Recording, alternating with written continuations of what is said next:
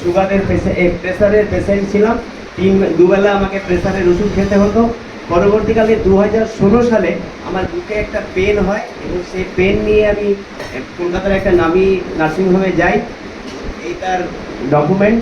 অনেকে বলে, আমি যেমন একজনকে বলছিলাম, তিনি আমাকে হঠাৎ করে বলে উঠলেন, এগুলো আপনাদের সাজানো গল্প, আপনাদের কোম্পানিতে এরকম লোক থাকে যেগুলোকে দাঁড় করিয়ে আপনারা আপনাদের মতন করে ডেকে বলেন।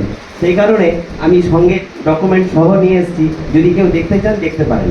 আমি যে ছিলাম 2016 সালে যখন আমি কলকাতার একটা নামি নার্সিংহোম, মুকুন্দপুরের একটা নামি নার্সিংহোম, আমি নাম করছি না, এখানে ডকুমেন্টে আছে। তো সেই নার্সিংহোমে যখন ভর্তি হই তখন আমাকে ডাক্তারবাবুরা বলেন যে আপনার করতে হবে, আপনার বুকে একটা টেস্ট করতে হবে। প্রথমে কী করলো, ইকো করলো, হল্টার মনিটরিং করলো, সমস্ত কিছু করার পরে আমাকে বললো আপনার প্রবলেমটা সব জায়গাতেই দেখা যাচ্ছে রয়েছে, আপনাকে একটা অ্যাঞ্জিওগ্রাফ করতে হবে। ঠিক আছে, চলুন তাই করবো।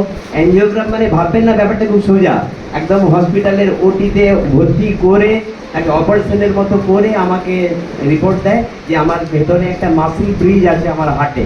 তো উনি বললেন যে চিন্তা করার কিছু নেই, তবে মেডিসিনটা কন্টিনিউ করে যেতে হবে, মেডিসিন কোনোদিন বন্ধ করা যাবে না। চিন্তা করুন, চিন্তা করার কিছু নেই, কিন্তু আপনাকে মেডিসিনটা কন্টিনিউ করে যেতে হবে।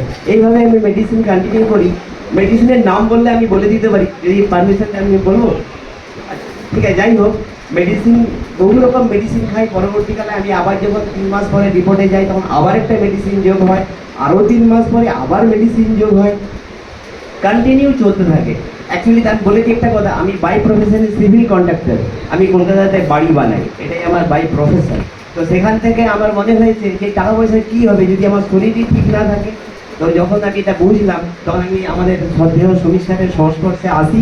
আমাদেরই সব পরিচিতির মধ্য দিয়ে, মানুষ পণ্ডিতের থ্রু দিয়ে আমি আসি এবং আমি এখান থেকে চেষ্টা করি নিজেকে সুস্থ করার। সুস্থ হই। পরবর্তীকালে আমাদের নিউট্রিশন কোর্স যখন চালু হয়, আমি নিউট্রিশন কোর্সের প্রথম ব্যাচেরই আমি স্টুডেন্ট হয়ে যাই। সেখান থেকে আমি স্টুডেন্ট হয়ে আমি এখন সম্পূর্ণ medicine free through ভিটামিক্স, colon detox, cardio care,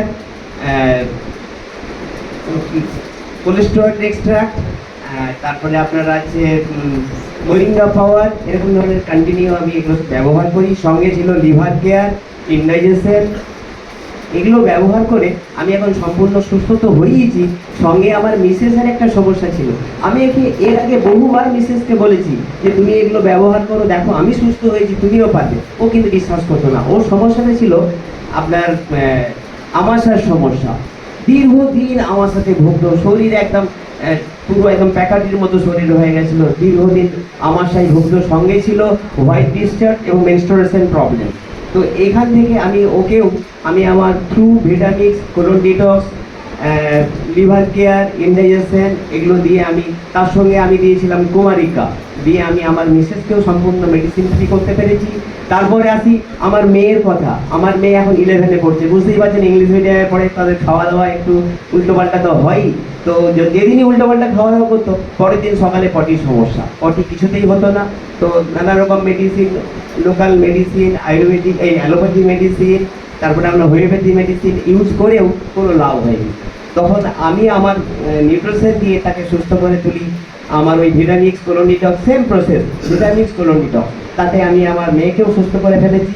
মেয়ের আরেকটা প্রবলেম ছিল, বিগত 4 বছর ধরে সেই চশমা ইউজ করতো, ছোট বয়স থেকেই চশমা, বুঝতেই পারছেন কত বড় একটা বড় সমস্যা। চশমা পরে থাকতো, চশমাতে 2-3 বার স্কুলে গেল, ফিরে এসে চশমা ভেঙে গেছে, বন্ধুরা ভেঙে দিয়েছে, বুঝতেই পারছেন। সেই চশমাটাও আমি ফ্রি করতে পেরেছি। আজকে আমার মেয়ে, আমি, আমার মিসেস, আমরা সবাই সম্পূর্ণভাবে মেডিসিন ফ্রি থ্রু আমি আমার নিউট্রিশন দিয়ে আমি সম্পূর্ণ করতে পেরেছি। আর আমাদের ফিওনা হার্বালকে এই জন্য অনেক অনেক ধন্যবাদ।